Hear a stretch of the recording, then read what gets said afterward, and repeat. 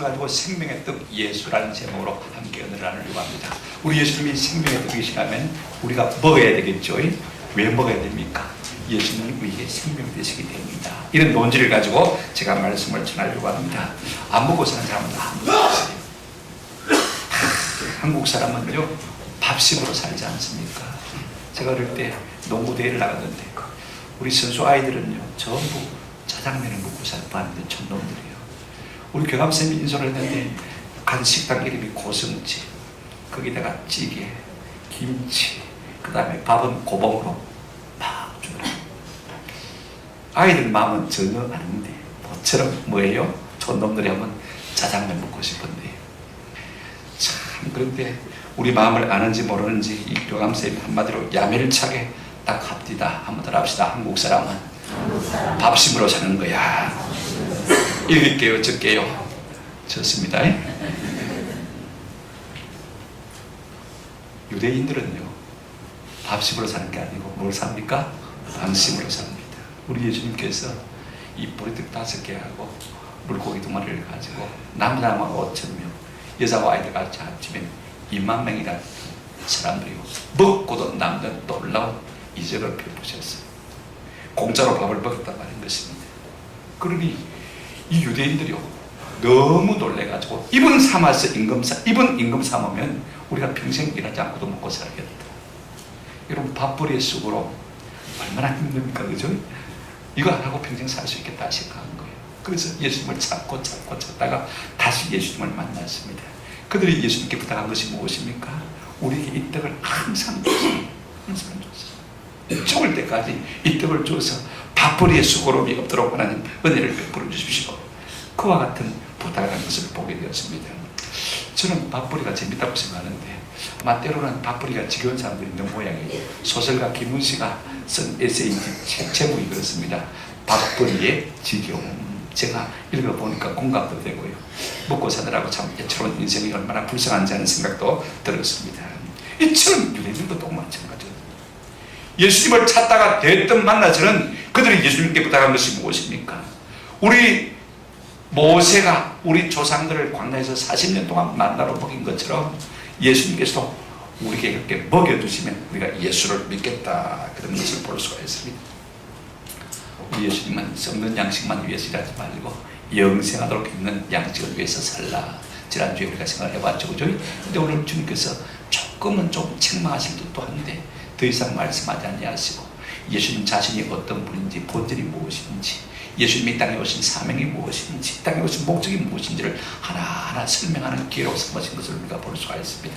좀 우리 같으면 내가 뭐 돈병철의 아들이냐, 내가 빵공장 사장이냐, 공짜로 주게, 그죠? 얼마든지 그렇게 할 수 있음에도 불구하고 오히려 이 기회에 예수님 자신이 누구인지, 그 다음에 예수님의 사명이 무엇인지, 예수님의 목적이 무엇인지를 설명해 주는 것을 볼 수가 있습니다. 오늘 본문을 통해서 우리가 이 세 가지를 하나하나 좀 같이 생각하시면서 은혜를 받았으면 좋겠습니다. 첫 번째로 예수님은요 평생 먹을 떡을 달라고 때를 쓰는 유대인들에게 내가 생명의 떡이다 라고 말씀하신 것을 볼 수가 있습니다. 오늘 본문 보십시오. 34절에 보시면 주여 이 떡을 항상 우리에게 주소서. 무슨 말입니까? 항상이란 말 속에는요 우리가 죽을 때까지 밥벌이의 수고를 하지 않고도 먹을 수 있도록 이 만나 같은 떡을 항상 우리에게 달라는 것입니다.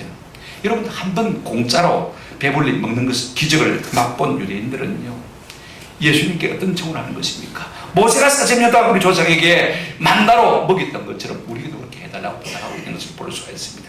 여러분 공짜가 좋은 것이긴 하지만요 모든 공짜에는 중독성이 있습니다. 독이 있다는 말이에요. 여러분 한 번 공짜 선심이요 평생 공짜 욕구를 불러일으키는 것을 볼 수가 있습니다. 그러므로 복지 정책은 참 조심해야 돼요. 언젠가는 인간의 자원은 고갈될 수밖에 없고 거들날 수밖에 없는 것이거든요. 우리 교회 사랑의 식당 봉사를 하시면서 이제 오시는 분들이 식사를 마치고 나면요 티슈는 무한 리필 공급됩니다. 그죠? 어떤 분들은 막 뽑아가지고 호주머니에 가는 분도 계세요. 커피까지 거기다 공짜로 드리고 있습니다. 그죠? 거기까지는 괜찮아요. 근데 지난주에 어떤 분이 그러더라고요. 이쑤시개 없어요. 제가 멍했습니다. 이쑤시개까지 찾더라고요. 여러분 이게 인생입니다.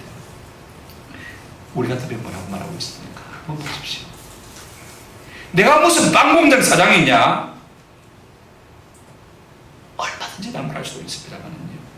오히려 우리 예수님은 당신이 누구신지를 말씀하고 있는 것을 볼 수가 있습니다. 첫째로 오늘 본문을 보시기 바랍니다. 35절을 보시면 예수께서 이르시되 나는 뭐라고요? 생명의 떡이니. 생명의 떡이란 말은 생명을 주는 떡이란 말입니다. 생명의 밥이란 말은 생명을 주는 밥이란 말씀인 것입니다. 여러분, 우리가 밥을 먹는 것은요, 그걸 먹어야 살기 때문입니다. 우리가 밥 맛있든지 없든지 주야창창 밥을 먹지 않습니까? 그죠? 그래야 살거든요. 이것이 밥입니다. 그래서 저는요, 밥솥에 그 밥이 익어갈 때 그 냄새 있지 않습니까? 약간 비리는 냄새. 저는 그게 그렇게 좋아요. 눈물겠고요. 그 냄새만 맡으면 저절로 배가 아픈 거죠. 넉넉해지는 느낌이 지금도 있습니다. 어떤 때는 그 밥솥을 끌어안고 울고 싶어요. 왜? 고마워서. 왜 고맙습니까? 먹고 사는 것이기 때문에. 옛날 못 먹던 시절 생각하면요, 그렇게 감사한 거예요. 근데 우리가요, 밥벌이도 힘들지만요, 밥을 삼키는 것도 때로는 어렵습니다. 벌기 위해서, 밥벌이 하기 위해서요, 열심히 일하다가 몸에 병을 얻어가지고요, 아픈 사람들은 이제 밥을 앞에 놓고도 한술 넘기기가 쉽지 않은 것입니다. 이걸 넘겨야 또 밥벌이를 할 수가 있는데 안 넘어가니 죽을 지경인 것입니다. 결국 밥을 넘기기 위해서, 또 밥을 벌기 위해서 몸부림치는 것이 인생인 것입니다. 근데 이런 한 가지 물어보십시다. 살자고 먹는데 그 밥 먹으면 끝까지 안 죽습니까? 먹어도 어떻게 됩니까? 결국은 죽는 것입니다. 밥은 아무리 먹고 먹어도요, 역시 죽는 것입니다. 근데 우리 예수님은 우리가 먹고 죽는 밥이 아닌 생명의 밥이라고 자신을 말씀하고 있는 것을 볼 수가 있습니다. 생각해 보십시오. 누구든지 생명을 먹으면 생명이 됩니까? 안 됩니까? 술을 먹으면요, 술이 되는 것입니다. 처음에는 내가 술을 먹지만은요, 나중엔 술이 나를 먹어버리는 것을 볼 수가 있습니다. 보십시오.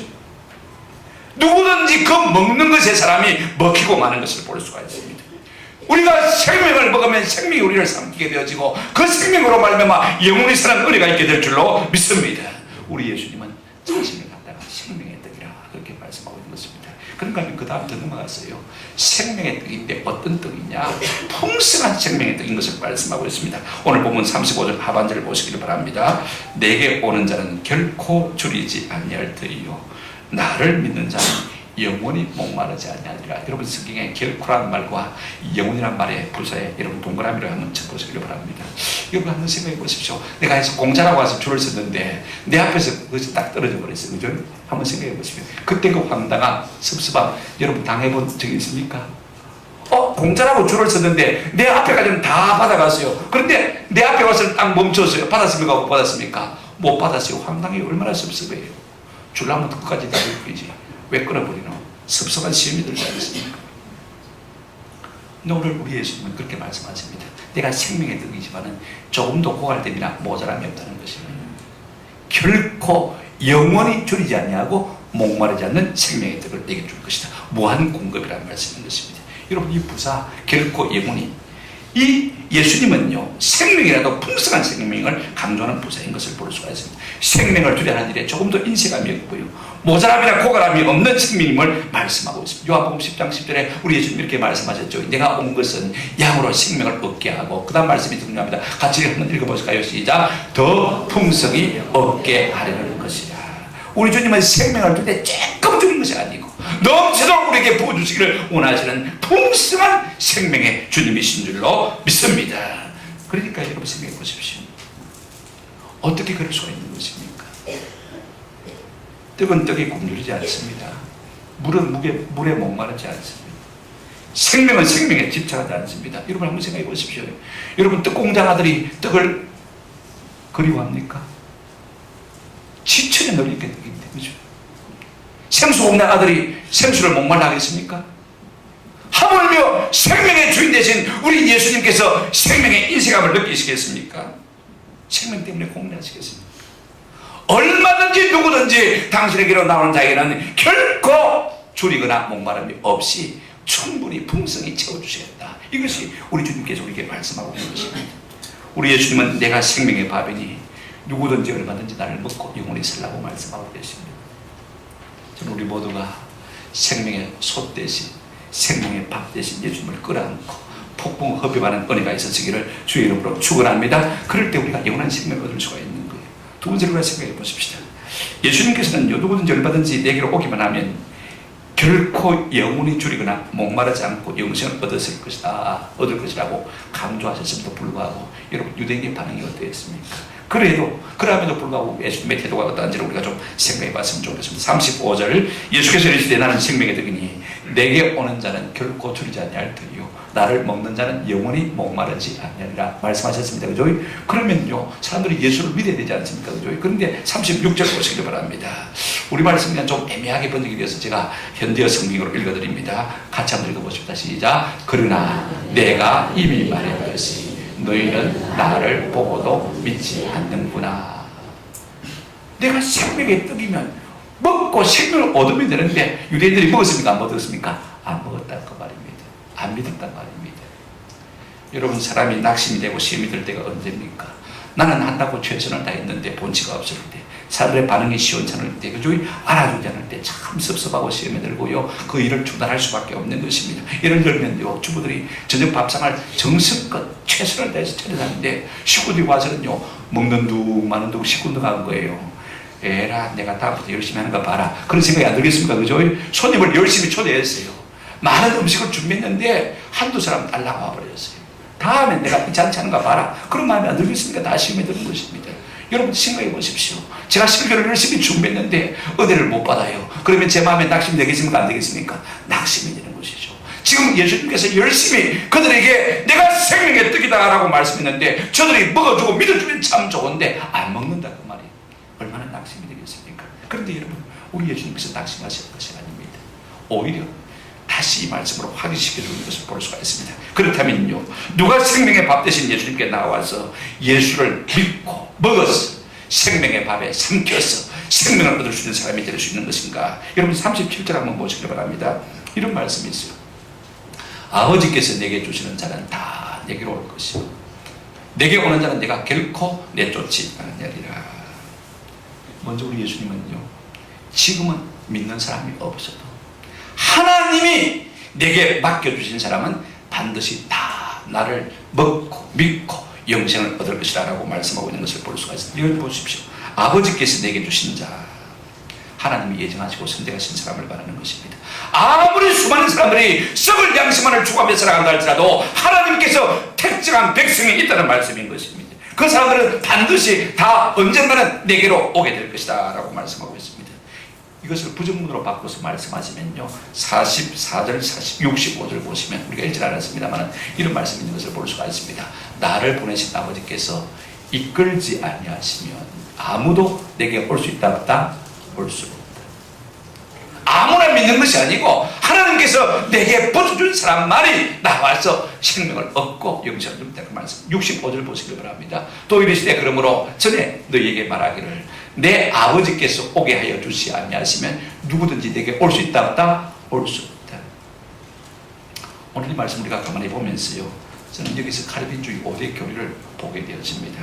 여러분 칼빈주의 5대 교리가 뭐냐면 도표를 한번 보시기 바랍니다. 한마디로 튤립으로 요약할 수가 있습니다. 여러분 파란 선에 나와 있죠. 세로 선에 보시면 TULIP 그죠? 영어로 되어 있습니다만은요 칼빈주의 5대 교리가 뭐냐? 튤립입니다. 여러분 튤립 꽃을 생각하시면 돼요. 그죠? 저는 우리 교회 마크를 새로 만들면요 방패에다가 그 다음에 한가운데 십자가를 씌우고 십자가 오른쪽 왼쪽에 백합꽃을 하나 있고 그 다음에 튤립꽃을 하나 있고 싶고요. 백합은 순교를 말하고 튤립은 신앙의 정통을 말하는 것이니까요. 이렇게 하면 참 좋겠다. 내가 100분 수없이 그림을 그려봤지만은 튤립을 그리기가 좀 어렵더라고요. 백합은 그리겠는데 튤립을 잘 모양이 나오기 어려워가지고 지금 여러분 앞에 내놓지 못하고 있습니다만 여러분 칼빈주의 5대 교리가 뭐냐면 튤립이에요. 그죠? 영어로 되어 있습니다만 조금만 이해하시길 바랍니다. 토탈 커럽션 T로 나오지 않습니까? 그죠? 우리 인간은요 전적으로 구원을 받기는 무능하고 부패한 존재라는 사실인 것입니다. 여러분 내가 하나님을 찾습니까? 보십시오.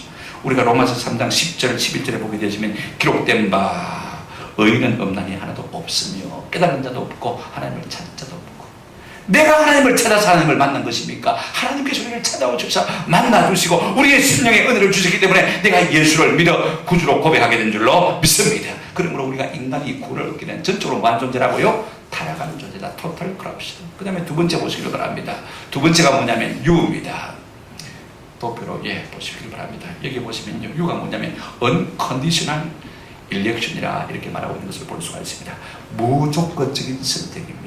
우리 하나님께서 우리를 택하신 백성으로 삼으실 때요, 얼마나 잘났나, 얼마나 공부를 많이 했나, 얼마나 똑똑하냐, 얼마나 돈이 많으냐, 지위가 얼마나 많으냐, 이걸 보고 택하신 것이 결단과 아니라는 것입니다. 여러분, 로마서 5장에 보게 되지만 하나님의 선택하심이 어떻게 나타났습니까? 로마서 5장에 보면 우리가 아직 연약할 때, 철부되었을 때, 아무 철도 없을 때, 그 다음에 우리가 아직 죄인 되었을 때, 여전히 죄인으로 추구하고 들어온 것입니다. 그 다음에 보시면 더 놀라운 말씀이 있습니다. 한번 더 합시다. 우리가 하나님과 원수 되었을 때, 내하고 네하고 원수임에도 불구하고 하나님께서 무조건적인 은혜로 우리를 선택해 주신 것입니다. 할렐루야. 여러분 보십시오. 우리 주님의 선택에는 차별이 없습니다. 편견이 없는 것을 볼 수가 있습니다. 셋째가 뭐냐면요, L입니다. Limited Atonement란 말인데요, 제한적 구속이라는 것입니다. 자 보십시오. 모든 사람이 예수 믿으러 나온 건 아닙니다. 그죠? 아버지께서 내게 주신 자, 이렇게 말하고 있습니다. 그죠? 선택한 자가 있다는 것입니다. 모든 사람이 다 구원받는 건 아닙니다. 그 중에 하나님께서 택하신 사람만이 구원받는 사실을 말하고 있는 것을 볼 수가 있습니다. 그런데 여러분, 어떻게 우리가 예수를 믿게 되었느냐? I를 넘어가 보시면요, irresistible grace란 말이 있습니다.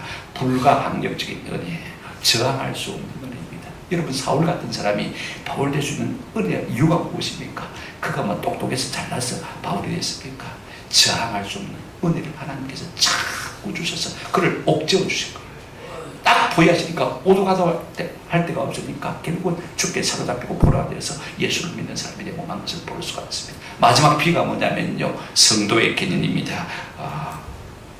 벌저브런스 오브 세인트란 말인데요, 오늘 본문을 보시면요, 이 말씀을 대입시켜 보시면 잘 나타나는 것을 볼 수가 있습니다.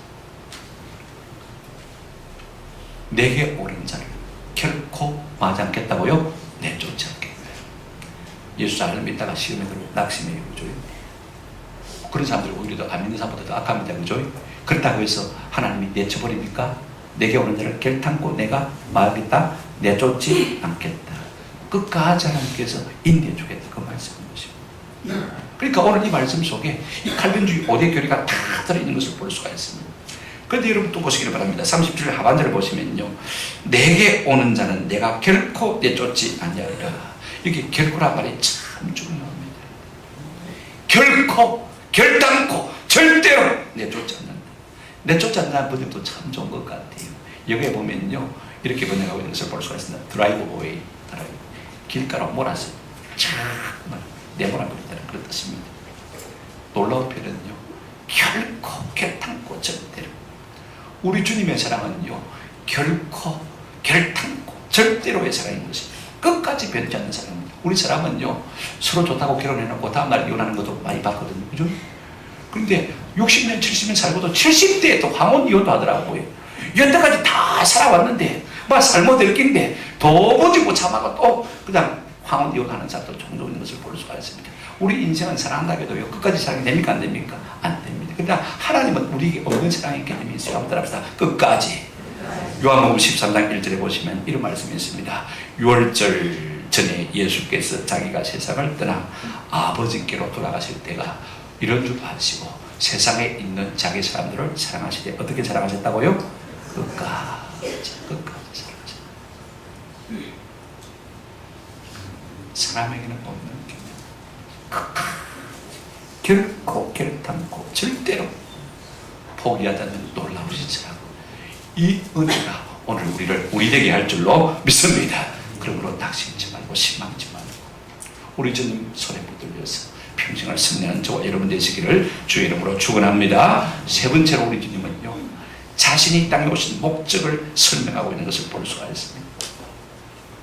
우리 주님은 이 땅에 오신 목적을 성경에 여러 가지로 말씀하고 있어요. 마태복음 20장 28절, 10장, 마가복음 10장 45절에 보면 같은 말씀이 있습니다만은요, 인자가 온 것은 섬김을 받으려 함이 아니라 도리어 섬기게 하고 자기 목숨을 많은 사람의 뭘로 주겠다고요? 대속제물로 주겠다. 자신을 십자가에 드리기 위해서 이 땅에 오셨다. 그 다음에 누가복음 19장 10절에 보시면요, 우리가 잘 아는 말씀입니다. 인자가 온 것은 잃어버린 자를 뭐 하겠다고요? 찾아서 구원하시기 위해서 오셨다. 그렇게 말씀하고 있는 것을 볼 수가 있습니다. 그런데 오늘 보면은 더 구체적이고 더 실제적인 것을 볼 수가 있습니다. 38절부터 40절까지 우리가 성경을 잘 안 읽으니까 다시 한번 읽어보십시다. 마치 예수님의 목적 서문문 같아요. 38절부터 같이 읽어보실까요? 시작. 내가 하늘에서 내려온 것은 내 뜻을 행하려 함이요 나를 보내신 이의 뜻을 행하려 함이라. 그 다음 39절 나를 보내신 이의 뜻은 내게 주신 자 중에 내가 하나도 잃어버리지 아니하고 마지막 날에 다시 살리는 이것이니라. 40절 내 아버지의 뜻은 아들을 보고 믿는 자마다 영생을 얻는 이것이니 마지막 날에 내가 이를 다시 살리리라 하시니라. 자, 여러분, 우리 예수님은요 하늘에서 무엇 때문에 이 땅에 오신 것입니까? 오늘 보면 이렇게 말씀하고 있습니다. 39절 내가 하늘에서 내려온 것은 내 뜻을 행하려 함이 아니요 나를 보내신 이 누구요? 하나님의 뜻을 행하려 이 땅에 왔다. 우리 예수님이 먼저 하늘에서 내려오셨다고 말씀하고 있는 것을 볼 수가 있어요. 여러분, 한때는요 우리가 미국에서 왔다 그러면요 아무 이유 없이 동경과 부러움을 갖다가 표현한 적이 있었지 않습니까? 지금도 저는 미국에서 누가 왔다 그러면요 부러워요. 와, 싶은 생각이 들어요. 우리보다 훨씬 잘나는, 그죠? 잘 사는 나라에서 왔으니까 얼마나 부러워요, 그죠? 근데 우리 예수님 어디서 왔다고요? 하늘로부터 왔다. 저는 이 말이 은혜가 되었습니다. 하늘에 계셨으면 하나님을 가장 잘할 것이고 하늘 사정을 가장 잘할 것이고 하늘의 부요와 풍요와 그 복된 환경을 가장 잘 아실 분이신 것입니다. 그러므로 하늘에서부터 왔다는 이 사실 자체가 우리의 경단을 자아내기에 족하다는 말씀인 것입니다. 그것으로 우리 인생에게 길이고 진리고 생명이 되실 자격이 충분히 있다는 것입니다. 왜냐하면 보십시오. 하늘에 계셨으니까 하나님을 잘 알 것이고 하나님의 뜻을 잘 알 것이고 그 하늘의 부요함과 풍요함과 그 천국의 영광을 누구보다도 잘 알 거 아닙니까? 그죠? 그죠? 그러니까 우리에게 얼마든지 길과 진리와 생명이 될 수 있는 주님이신 것입니다. 근데 그 주님께서 자기의 생각을 위해서 온 것이 아니고 누구의 뜻을 위해서요? 하나님의 뜻을 위해서 온다. 저는 우리 모두가 이같이 이 땅을 살아갈 수 있는 은혜가 있기를 주의 이름으로 축원합니다. 내 야망과 내 야욕을 위해 살지 아니하고 하나님이 나를 땅에 보내신 그 뜻, 그 파송한 뜻을 위해서 살아가는 그런 은혜가 있으면 참 좋겠습니다.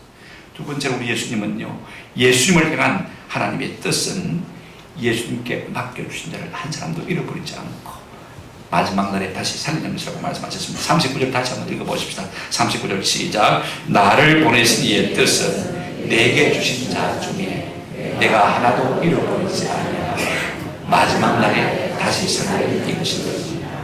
예수님이 이 땅에 오신 목적이 무엇입니까? 하나님께서 그에게 부여주신 삶 가운데 한 사람도 마지 않고요 잃어버리지 않고. 그래서 우리 예수님은 누가복음 15장에 보면요 찾도록 찾으시는 것을 볼 수가 있습니다. 뭐 때문에 하나님께서 우리를 땅 가운데 자기 아들을 보내신 것입니까? 여러분, 하나님의 사랑의 목적을 우리가 알 필요가 있습니다. 이것이 예수님이 땅에 오신 목적이거든요. 요한 1서 4장입니다. 9절 말씀. 제가 성경 읽다가 늘 읽은 말씀입니다만요. 제가 살리려 하는 이 말의 동그라미를 지난 목요일 아침에 쳤어요. 한번 같이 읽어보십니다. 시작. 하나님의 사랑이 우리에게 이렇게 나타난 바 되었으니 하나님이 자기의 독생자를 세상에 보내심은 그로 말미암아 우리를 어떻게 하냐 하심이라? 살리려 하십니다. 하나님의 사랑은 우리를 살리는 사랑인 것입니다. 죽을 자도 살리는 것이 하나님의 사랑인 줄로 믿습니다. 우리가 그 사랑을 본받아야 돼요. 그래서 우리 예수님이 이 땅에 오신 목적이 무엇이냐면요 잃어버린 자를 하나도 택하신 자를 한 사람도 잃어버리지 않고 마지막 날에 많은 것이라고 했습니까? 살리는 것. 그것이 주님 이 땅에 오신 목적이고 그것이 사랑이기 때문에 그런 것입니다. 그렇다면 과연 주님께서 그렇게 하셨습니까? 이 땅에 계시면서요. 우리가 요한복음 17장을 보면 예수님의 고배를 설교인데 예수님께서 내게 주신 나 중에 어떻게 하셨는지를 갖다가 주님 앞에 업무보고를 하는 그런 기도의 내용입니다. 17장 12절에 보시면요 이런 말씀이 있습니다. 같이 한번 읽어보실까요? 시작. 내가 그들과 함께 있을 때 내게 주신 아버지의 이름으로 그들을 지켜라. 그 중에 하나도 멸망하지 않고. 여기까지 들어가겠습니다. 우리 하나님께서 예수님에게 맡겨주신 생명을요 다 마지막까지 지키고 뭐 했다고요? 보존했다. 그 중에 한 사람도 맞지 않고요 멸망하지 않고. 우리 주님은 끝까지 자기의 붙여주신 사람들을 갖다가 지키고 보존하고 한 사람도 잃어버리지 않도록 살릴 일에 힘쓰신 것을 우리가 볼 수가 있습니다. 세 번째로 이 말씀 속에서 우리는 우리를 향하신 하나님의 뜻이 무엇인지를 발견할 수가 있습니다. 40절 보실까요? 40절 시작. 내 아버지의 뜻은 아들을 보고 믿는 자마다 영생을 얻는 이것이니 마지막 날에 내가 이를 다시 살리라 하시니라. 우리말 번역이 조금 약합니다만 이렇게 번역할 수가 있습니다.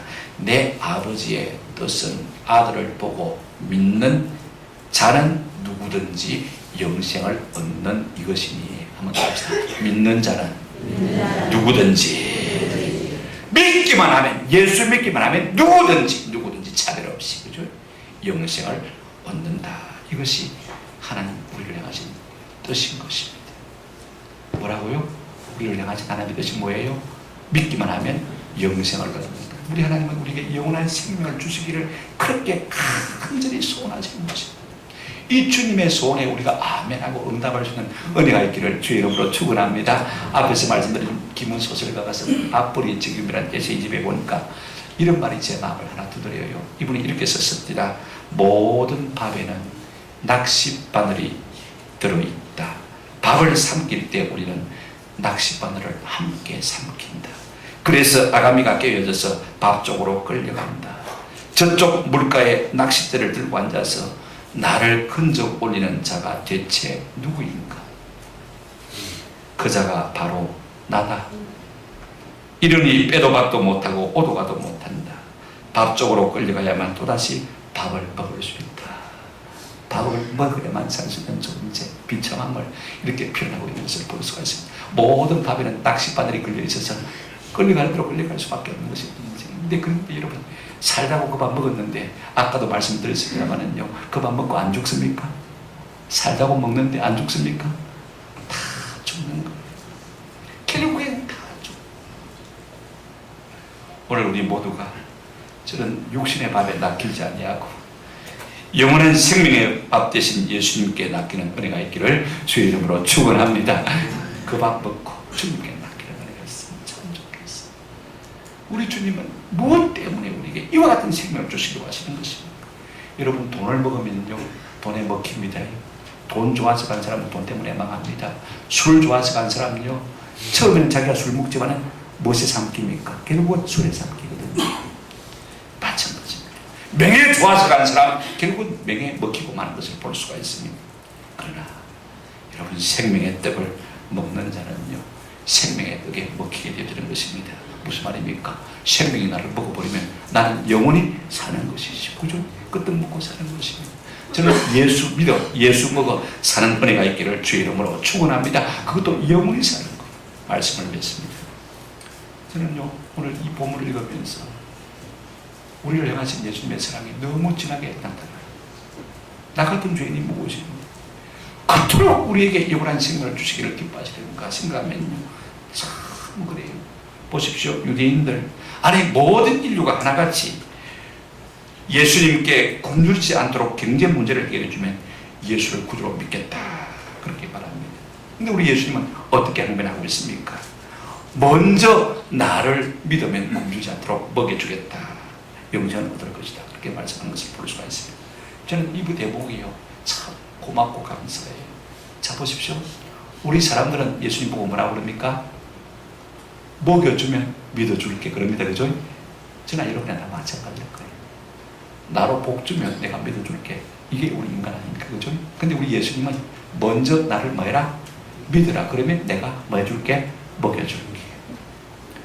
저는 우리 예수님께서 내가 100번 양보했어. 내가 그래도 어른이니까 내가 양보했어. 그래, 내가 먼저 내가 너희 먹여줄게. 그러면 꼭 믿으라. 믿어야 된다. 그러면 너희 영생을 얻을 기다. 그랬으면요, 어떻게 되었을까? 아찔하게 짝이 없어요. 어떤 나이 드신 목사님이요, 시골에서 목회를 하는데 전도를 한 사람이었어요. 한 사람 전도하기 쉽지 않습니까? 시골에서 앞이 잘 안 보이는 분입니다. 아마 당뇨로 눈에 실명이 온 것 같아요. 그래도 지극정성으로 섬기고 사랑하고 위에서 기도해주고, 그래 교회 나왔는데 눈이 점점 밝아진 거예요. 얼마나 여러분 감사하겠습니까? 그죠? 그래 교회를 1년 열심히 잘 다녔어요. 1년 좀 지나고 나니까 한두 주 빠졌어요. 그래서 신방을 갔습니다. 왜 예배 안 나오셨어요? 하고 물었더니요, 이분이 대답하는 말이 글짝입니다. 한번 따라합시다. 그만큼 나가줬으면 안 됐는겨. 그만큼 나가주시면 안 됐는겨. 이것이 타락한 인간의 모습인 것입니다. 먹고 나면 잘 믿을 것 같죠? 내몰라라고 도망가는 것이 인생인 거죠. 만약에 한번 생각해 보십시오. 우리 예수님께서 떡을 먼저 줬고 배불리 먹었다면요, 어떻게 되었을까?